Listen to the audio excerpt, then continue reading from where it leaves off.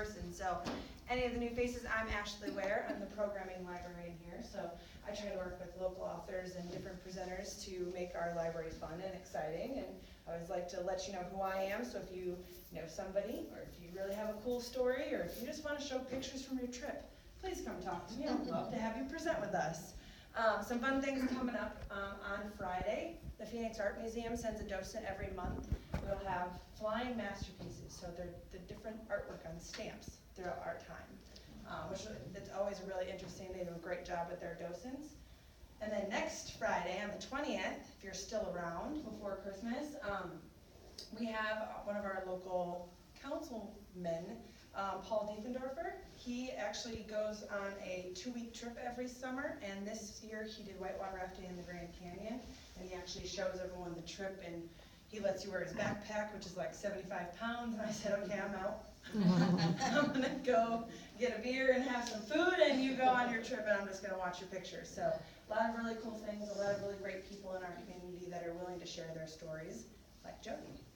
I love local authors. I'm a librarian first. It's my favorite thing. I love that people put their heart and soul into their books, whether it be fiction or a real life story. It means a lot that you guys are here, and I appreciate it. And I know Jody's going to be a great time for you guys to have. So enjoy. Thanks so much, Ashley. Have some fun. Then come tell me about it, because I can't sit in here, because then I get fired. Too many programs. I would never get any work done. I'll tell you one day by yourself. Right? I'll get my own personal presentation. I'll sit here after with you. So thank you guys so much for coming. Thank you Jody. so much. Of course. Okay. Well, welcome everybody. It's really nice of you to be here. And I love talking about angels, and the thought of angels have changed my life. So I've written 3 novels about angels. Welcome, come on in. And it didn't really, I never really thought that would happen. When I was a little girl, and I think this is really part of it, I always knew somebody was there. Angels, God, whatever you think, I just knew it.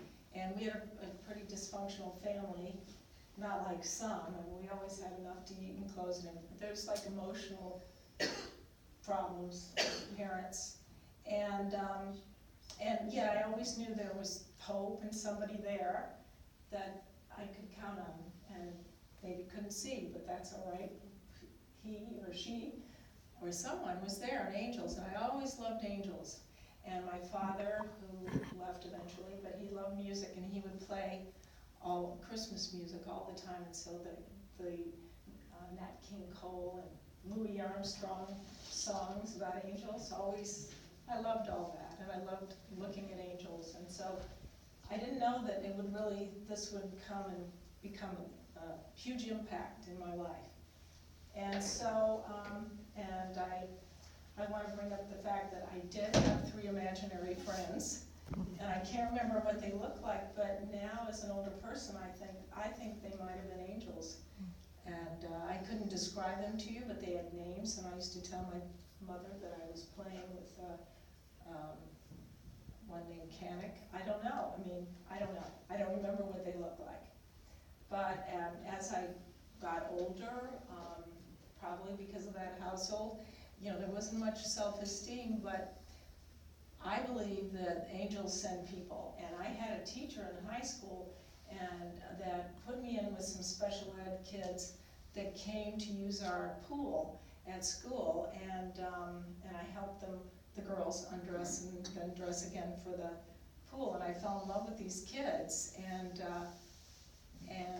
eventually I became a special ed teacher for 25 years, and I just think it's serendipitous the way certain people come into your life, and that's part of this too, and I believe angels send them. So one of the great influences in my life was Norman Vincent Peale, who I found a copy when I was an adult of The Power of Positive Thinking, and so I wrote him once, and he wrote me back. And so I read everything he ever wrote.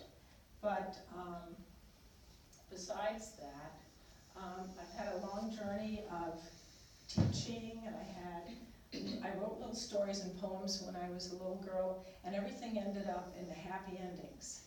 And of course that wasn't my life at the time, but that's what I would like write, and I would write poetry, and I never would think I would be a writer. That would never cross my mind.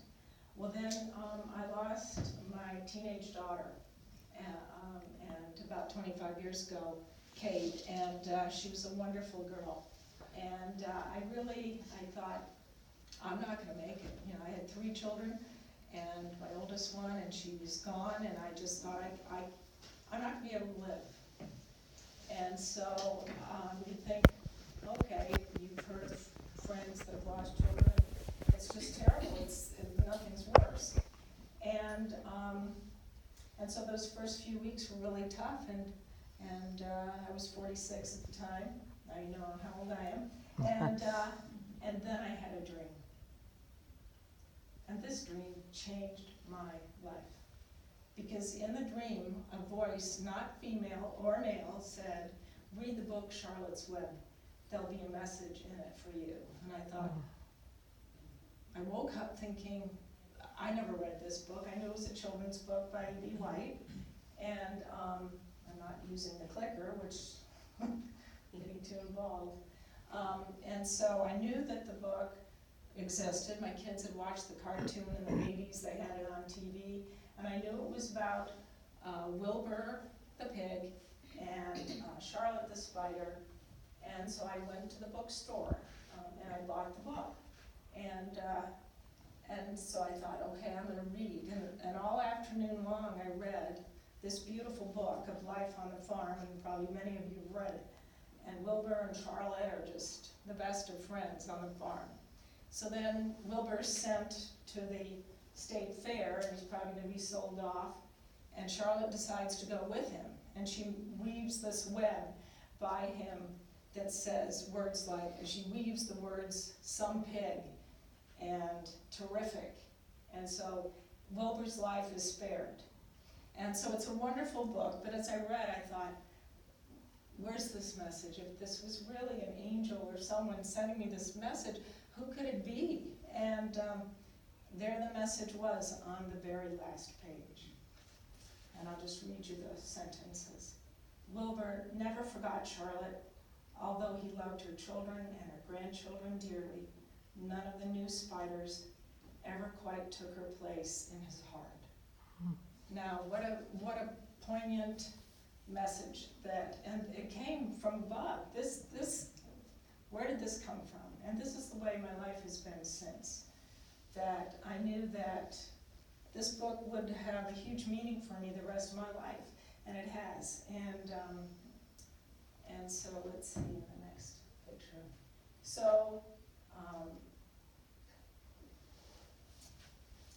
that my daughter went to Europe, and that was in Italy. She took that photo. So I love all the pictures of angels. And so I thought, well, I'll write about grief. I'll write about how, I lost Kate. Maybe I could write. And I thought, I don't know if I could write this or not. And so I have a friend that's psychic, and a couple friends, and she said, you wrote that children's book once, which I did, and you put it in a drawer, take it out. Well, I took it out, but I never did anything with it. But I did see in a magazine a contest to write a recipe, how you use a recipe for Land O'Lakes butter in a recipe. And it was a contest, so I thought, I'll enter it. Well, I won one of 50 runners-up, so I thought, I can write. Yeah, you see the humor in that one. So then I started going to write. So I started writing about grief, about losing Kate. And I did write, sent one into a magazine about a little bird that, and it was just the most beautiful experience. The little bird was outside my windows. I took a shower and the spray was coming out of the window, and the bird took a bath in it. So I wrote that story, and I got a letter back saying, yes, we're going to publish it. And then they called, oh no, we have too many bird stories. I'm like, okay, so I guess I'm not going to write. So then, this was all around the first year, and that's just a picture of, I collect heart rocks that look like hearts. And so one day, on the back patio on the ledge, someone had made it into an angel, and I asked my husband, who's sitting back there, he didn't do it. I asked our landscapers, they didn't do it. Who did it? These things happen to me all the time. So, that represents my dear friend Nancy, who's sitting over there with her husband Dick. She said, you know, come on with me. And this was 24 years ago. Come with me for a girls' trip. We're gonna go to Texas to see my friend Susan. We'll have a girls' time, we'll go out to eat, we'll watch movies. You know, you need to come. And I said, okay, you know, I'll come. Just wanted to sit down because I can actually speak better when I'm sitting. So, we go there, and this is, 20-something years ago, so we decided to go to the Galleria Mall, which is in Houston, which is a fancy mall like Fashion Square, and we went to Lord & Taylor, and Nancy wanted to buy a Jerry Garcia tie for her son-in-law, and so we're standing in the men's department, and there's this very distinguished man standing there too, like he was gonna buy something. And we just talked to him for a moment, and we had gotten all dressed up to go to the Galleria. Well, people don't get dressed up to go to the mall, but we did. And we just talked to him for a minute. He said he was from Scotland, and on business. And so we thought nothing of it. So then the next day, she said, you know, I want to go to this little town called Kemah, and it's an hour away, and there's these cute little shops, and we're gonna go shopping. Okay, so we go there, we're in this store, which is not as big as this room, and that man walks up to us. And we didn't look like we did the day before. So he came up to us and said, hi girls, and we were like stunned. And he wasn't with a woman, and he wasn't shopping with a woman. And we said, oh, fancy meeting you here. And we talked to him for a moment, and then, we said, I don't know what we said, and we turned away, and we looked at some of the objects, and we turned back, and he was gone. And we both thought it was weird.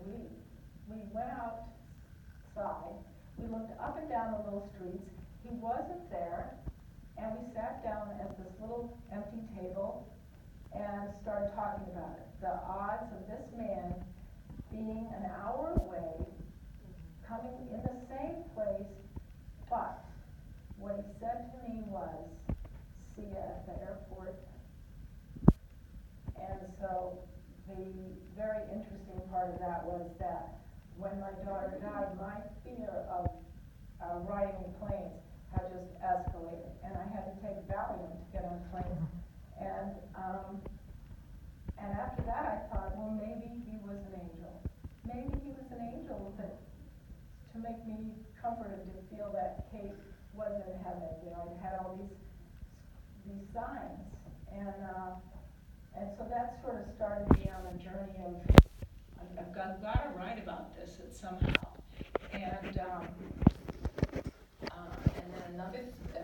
here's another example of an incident where I wanted to clean my daughter's room. My living daughter, my twins were 15 at the time, and so I went into her room, and I found this note on the floor. Dear Kate in heaven, I love you more than anyone, but could you please help Mom? Oh my God, And so I figured my children needed the same mom. They needed me. I had been given beautiful children, beautiful friends. I had a life. I had my life as a teacher. My students were wonderful. And so I started I met an author at a function. I just said, I'm 58 years old. Do you think I'm too old to write a novel? She goes, oh, no. You can write at any age. So I started to write The Angel's Daughter. And it's the novel about, of course, an angel that lives as a human and a couple of them in town, and nobody knows the secret. And so I used the half angel, Hannah, and her father is an angel from heaven who came down to save the mother, Kate, who we never meet in the story, but she's a big part of the story.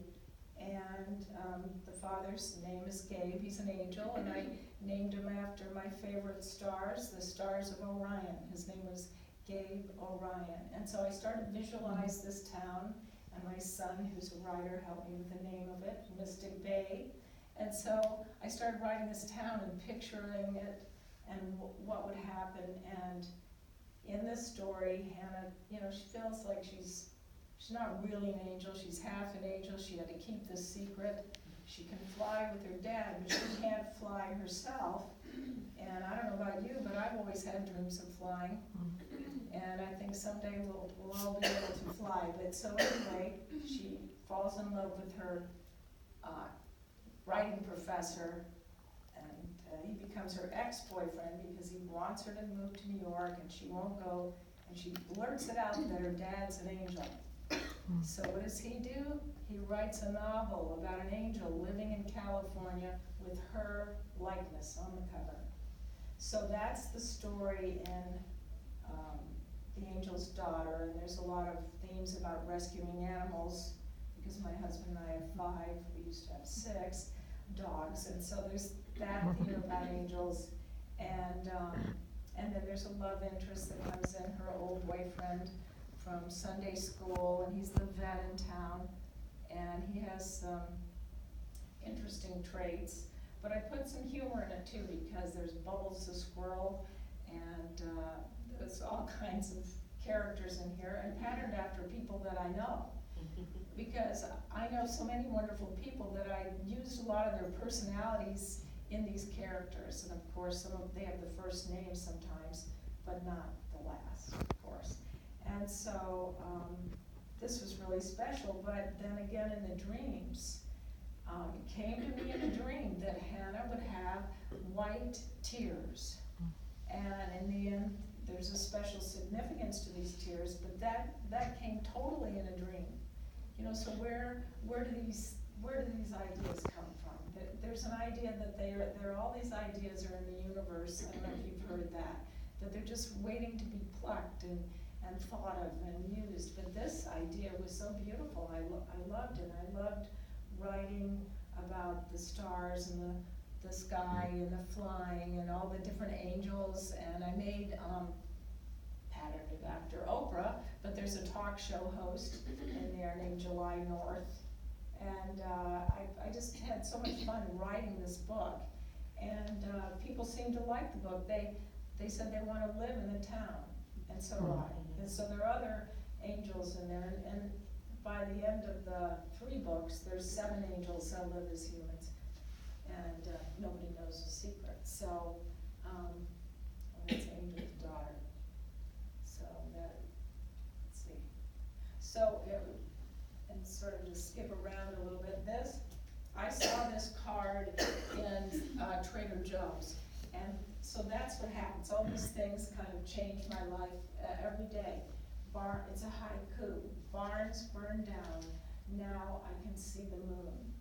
And so I love that vision that, even though you've lost or things are hard, there's always the moon you can look at. There's always something beautiful, always something good can happen, people to meet.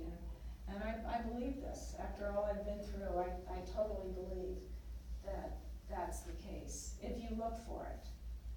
And so here, this is a very interesting story because, like I told you, I worked for 25 years teaching, and my last 13 years was a vocational program for special needs kids. And I love these kids so much, and they changed my world.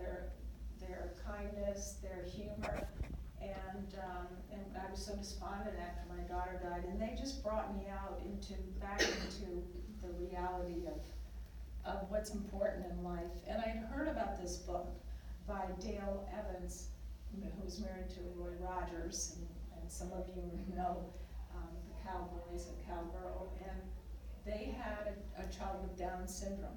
Of course, they didn't call it then. They called them mongoloid idiots at the time, which is so horrible, but that's what they called the kids then. And they had a child. She didn't live long, but she found, and this was back in '63 that this was published, she found the beauty in that child, because remember, they were not allowed in the schools until 1974, in public schools.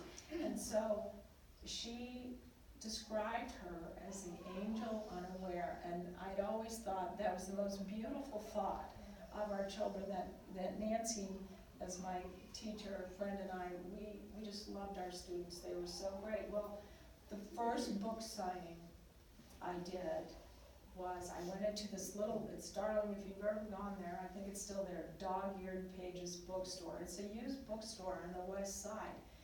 And I literally, this really happened. I walked in, I turned to my right, and there was this book. Now, what are the odds? These are the things that happened to me. So I bought it, of course, and read it, and so that's the story of this book, because I feel these students were angels unaware. And I could tell you a million stories about the children. They're so fun. But the one story was, I had a student who was Downs named Molly, and she was, had a lower IQ, and I had her out volunteering, and so we were in the van going to the volunteer site, just the two of us, and she was crying. And I said, Molly, what's wrong? And she said, I'm sorry about your daughter. I mean, this intelligence, this emotion from this person with the lower IQ, that's the type of people they are. So I truly believe they are angels unaware and here to teach us things, because I learned a lot from my life as a teacher. I really did. And so, I don't know what this is going to mean. So, naturally, special ed students were in my second book, To Catch an Angel, which I didn't know was I going to write it. My husband at the time was very ill when I wrote this, and so I didn't realize I was up at night writing a lot this wonderful story, and it's about, and I think I forgot to say that I did include in the town, there's a lot of psychics. So psychics and ordinary folk live in this town, and so angels started appearing to children with special needs. Of course they did. And the first one was a child who was mute. The second one, a little boy starts painting angels as an impressionist painter would. And the third is a visually impaired boy who writes and plays on the piano for the world a song that the angels gave him. And a lot of the song, it comes at night to me. It comes in dreams. And so my main character here was named Maggie. And Maggie is a psychic who comes home after a failed relationship. And she has an ability of communicating with nature. And I don't know if you've ever heard of the book, The Secret Life of Trees. Well, I saw this television show where this little girl talked to trees, and so that's where it all came from. And I love nature too, so I made this wonderful character, and of course, the world, through the talk show host, gets to know that these children have seen angels, and so they have to keep these children's identities anonymous, but there's a big song fest for the angels, and they're singing, and Maggie, her life gets better, and of course she meets the love of her life, Noah Greenstreet, who she knows she's met before, but where? And so together they find out that the world is all awash with angels, and so the little girl that was mute sees an angel and speaks again. Her first word is angel, and the boy plays the song of the angel. I mean, it's a beautiful story, and but then I wrote it. That's what but anyway, no, and so it's that I love that. So this is this year in front of our house, someone put this rock. And I don't know if anybody else has experienced this, or it was just somebody in my neighborhood that would be grateful.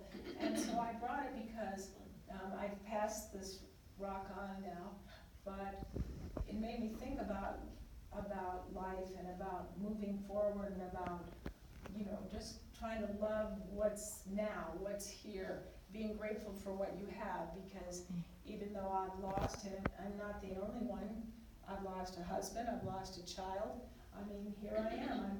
I'm trying to live my life to the fullest and be grateful. And I have to mention this boy, I forgot how to say his last name, but his name was Maddie, and he was the poster boy for muscular dystrophy. I don't know if any of you are interested, know of him. And he wrote poetry. He wrote books about poetry, and he knew Jimmy Carter. He was just like this 14-year-old or 13-year-old amazing boy who had a trach. He was in a wheelchair. He couldn't breathe on his own. And he was on Larry King Live one time. And he's been gone quite a few years now. But so Larry King asked him, well, don't you ever say, why me? And here he is, 13, and he says, no, I say, why not me? And so, this is what happens to me all the time. These beautiful people that have come into my world, like my friends here, my friend Susan sitting in the back. I just feel like blessed. And I feel like you have to find the blessings. And I've put out all those things that I think about that happen to me, these ideas that come from where? They come from above. And have you ever seen an angel with wings? No, but I might have met one once. And Nancy was there. So, people give me angels. That's an angel that my stepdaughter Sarah gave me. And it's just sort of typical, and it shines with a light on it, and it's just heartwarming. And the thought of angels just totally changed my whole world. It just makes me feel that there's something more, and I know there is, no matter what you believe, I'm sure of it. And so this is just a picture of, and he's a blessing, my grandson in New York City at the park. But I just thought it was so beautiful because it just shows what is life about. It's about life and the beauty of the world and the children of the world. And I just love that picture. That's why.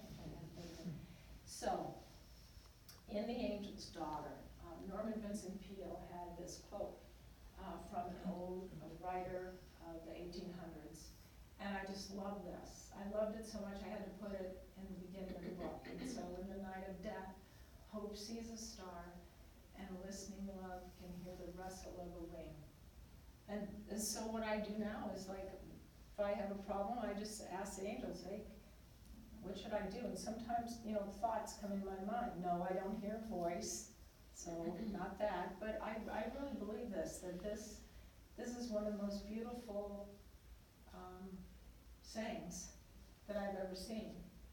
And to catch an angel, I loved Vincent Van Gogh's Starry Night. And he was such a tortured soul. I mean, he was so sad. And that song by Don McLean, where he said, this world was too beautiful for you.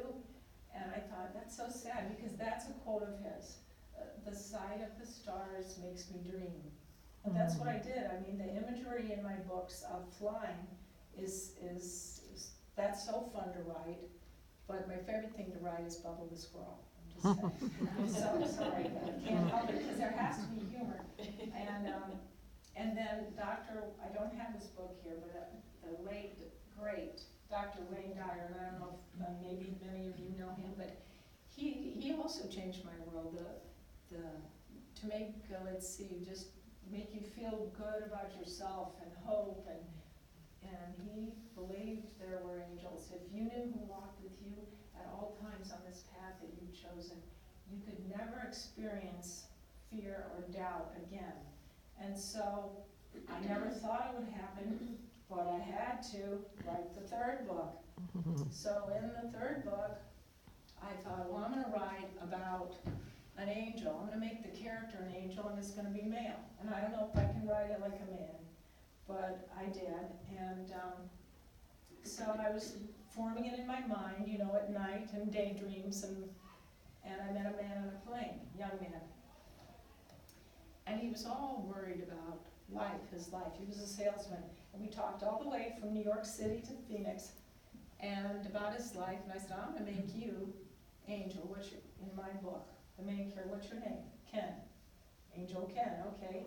I said, if you could be anything, what would you want to be in your life? And he said, a football player. I said, okay. And so I gave him my card, and I said, I'm going to write a book, and I'm going to send you the book. Well, I never heard from him. So sometimes I think, was he an angel? But so he was from Africa, and in my book I said, made him an African that came to the United States to be a football player. And my son, who's a writer, reads it, he goes, they don't play football in Africa. Yeah. So then I made it that he was a sports coach. So then he comes, and he's this, in San Francisco, he's a former coach, and then he has a angel store. And so my husband back there, I said, what should I call the team? And he said, the San Francisco Shakers. So that's what we did. But so that helped. So anyway, there's love in here. There's a love story.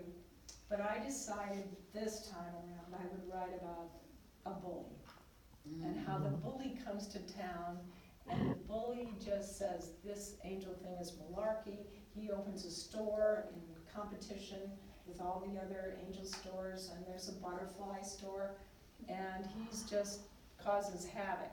And Angel Ken takes over and tries to help. Well, in the book, there's also the stories of how the town, and through all three books, the town has decided to rally, not only around Hannah when she had her problems, or when Maggie was singing and the kids were singing angels.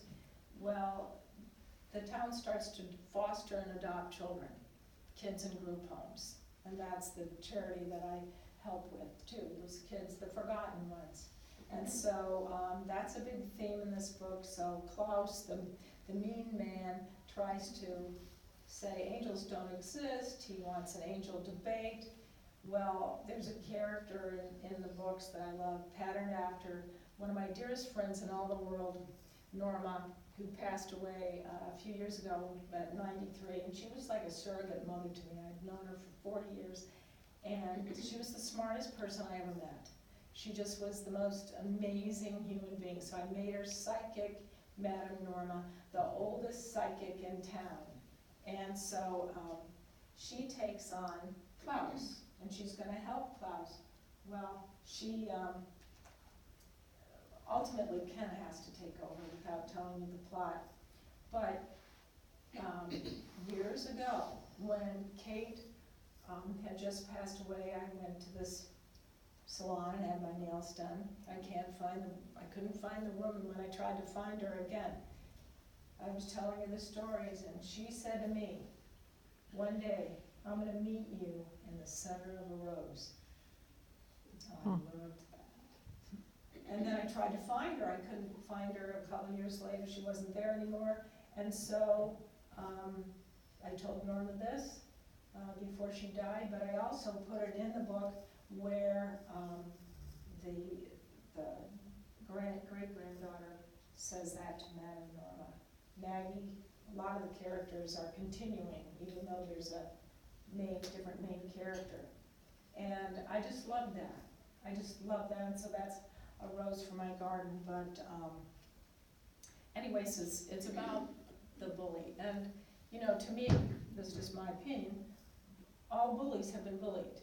You know, where do they get this from? Somebody's been mean, parents, I'm not a psychologist, but something made them, or maybe they were born mean, I don't know. But I decided in this world, when people are being so horrible, and the bully never wins, is what I say. And the bully doesn't win in this book. The bully is actually changed in this book. Well, that's my ideal world, like I wrote when I was a little girl. But, so here, then we have the theme of butterflies. So in this book, Angel Ken, to calm people down, sends butterflies.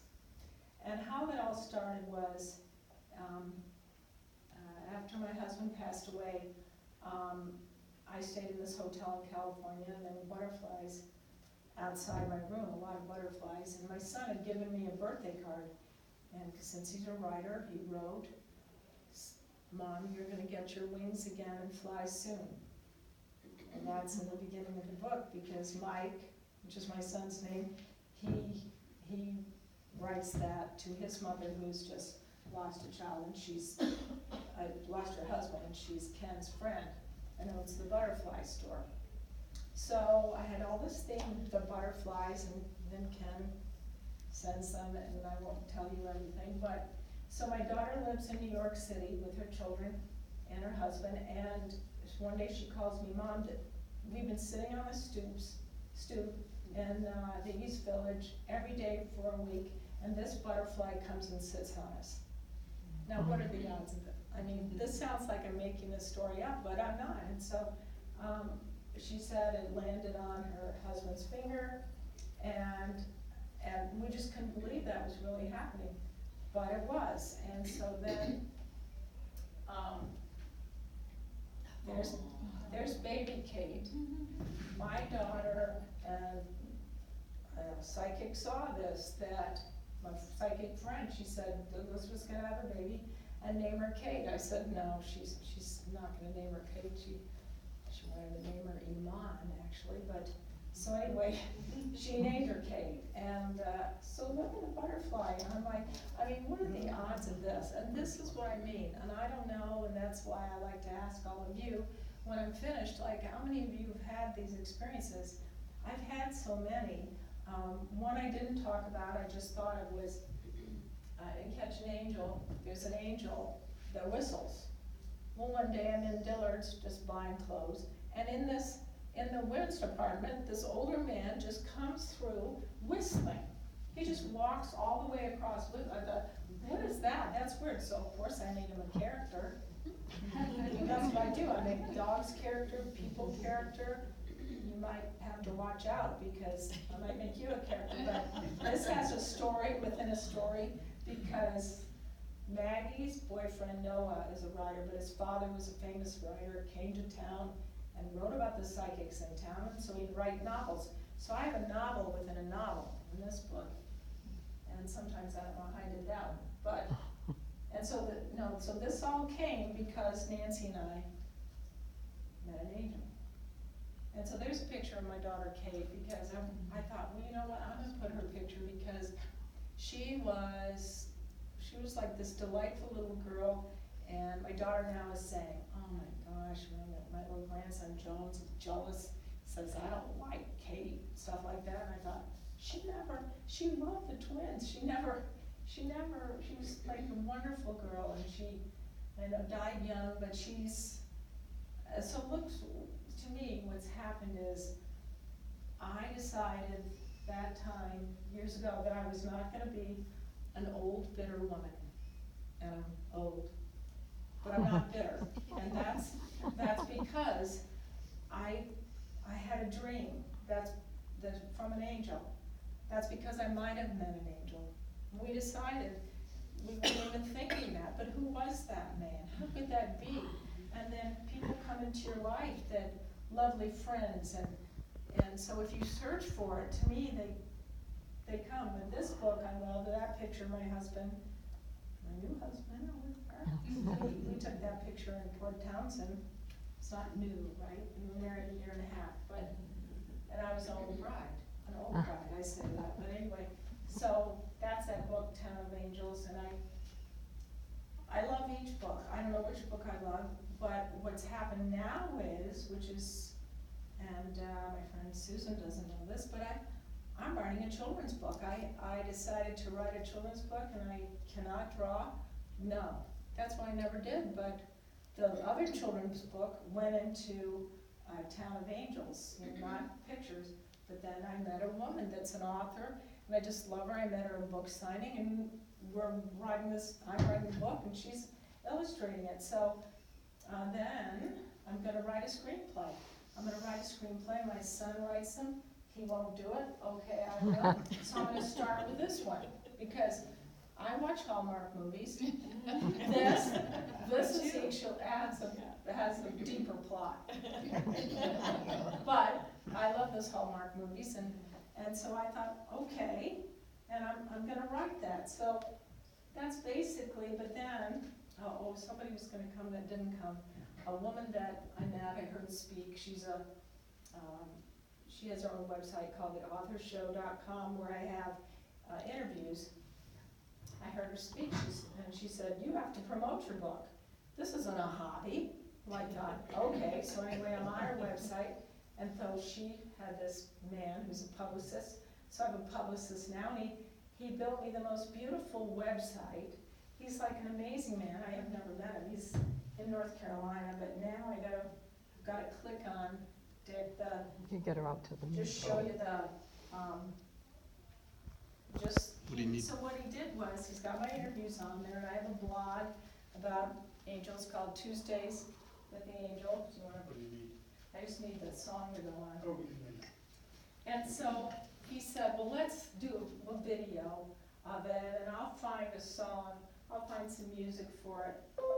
And so he has this video, but it's not exactly what I pictured the California town to be, but it's like, this is Mystic Bay would be like, where everybody helps everybody, and angels live as humans, and nobody knows the difference, and nobody knows the secret. And I think the last thing I want to say before that is, I am like Wilbur. I love my children, my grandchildren, my not husband, my projecting. friends, Yes, it is. and my life on the farm. Oh, it's not projecting. No. Wait. This is what this man did. Look at It's this. not projecting. Oh, it's not? Yeah, it's coming. It's coming. Oh, it's not. Wait a minute. It's not projecting. Oh, why isn't it projecting? Let's see. Is there a way to do it? So anyway, he picked this music and I started crying. It's like so beautiful. I wonder why. You have to- Oh, I know. You have to click out and click on the presentation, the thing, Oh, you did? right? There. Click on this I did. song. Oh, Up above. There it goes. this again? Yep. That's running. And It's now coming it's now, sleeping. it's on there. Yeah, Now it's running. yeah. All right. Now you have to listen to that song. It's not that long. No. But so anyway, to me, he was sent from somewhere up there. So, yeah, the book might change your life.